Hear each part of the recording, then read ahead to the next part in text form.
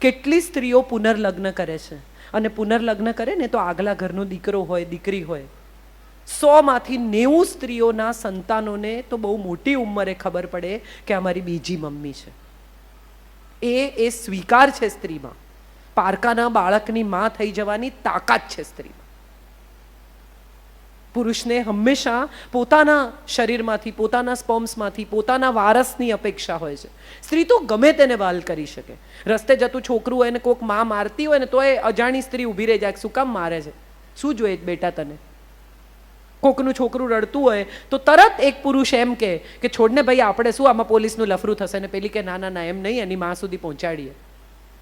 કોકેશન ચોક circle નામની એક બહુ જ સુંદર વાર્તા છે. 2 સ્ત્રીઓ વચ્ચે યુદ્ધ થાય છે એક બાળક માટે. બંને સ્ત્રીઓ કહે છે કે બેવ મારું છે. પેલી કહે છે મારું છોકરું છે, પેલી કહે છે મારું છોકરું છે. ઝઘડતા ઝઘડતા કોર્ટમાં જાય છે. બંને બધી વાત સાચી કે એક કે એને દૂધ નથી ભાવતું, બીજી કે હા એને દૂધ નથી ભાવતું પણ એને સૂકો મેવો ભાવે છે, આ કે એને ઓરેન્જ ભાવે છે, પેલી કે ના એને ઓરેન્જ. આ બંને જણા સાચા. હવે આ બાળક કોને સોંપવું? કોર્ટ માટે બહુ મોટો પ્રશ્ન થઈ ગયો. એટલે ન્યાયાધીશે કહ્યું કે એક કામ કરો યાર, આ બાળકના 2 ફાડચા કરી નાખો ને માને વહેંચી દો, આ મગજમારી મારાથી નહીં થાય. એટલે જે સાચી માં હતી ને એણે કહ્યું કે ના ના ના, એને લઈ જવા દો, મારે નથી રાખવું. જે છોડી શકે ને એ જ પામી શકે, એ વાત સાચી, પણ એમાં ખાવાનું, અમુક પ્રકારની બાધાઓ, અમુક પ્રકારની વસ્તુઓ નથી આવતી. એમાં મનથી છોડવાની વાત છે. મુક્ત કરી દો પરિવારને, બીજા લોકોને. કેટલીઓ હોય, અમારે જયભાઈ બહુ સરસ કહે છે આ કે કેટલીક થાળી મમ્મીઓ હોય, સવાર પડે ને ત્યારથી કે ખાઈ લે, પહેલાં કે નાસ્તો કરી લે, પછી કે જમી લે. આટલું નાનું છોકરું, એના પેટમાં આટલી જગ્યા હોય.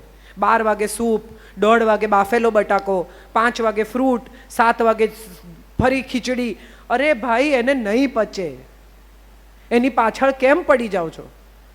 મારો દીકરો બહુ નાનો હતો અને હું આવી માં, આખો દી પપ્પાજી ખાતો જ નથી, મારા સસરા વૈદ. એટલે એમણે કહ્યું હું કહું એમ કરીશ? તો મેં કીધું હા.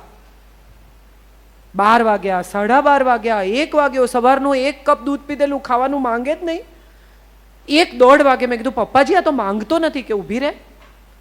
2:30 વાગે મારા દીકરાએ કહ્યું માં મમ. એટલે 1.5 રોટલી, દાળ ભાત, શાક અમે થાળી પીરસીને એને ટેબલ પર બેસાડ્યો. જાતે દાળમાં બોળી બોળીને ફટાફટ ખાઈને 5 મિનિટમાં તો ઊભો થઈ ગયો. ટીવીની એ જરૂર નહીં ને કોઈ ચીજની જરૂર નહીં. ભૂખ લાગે તો ખાય, એને ભૂખ તો લાગવા દો.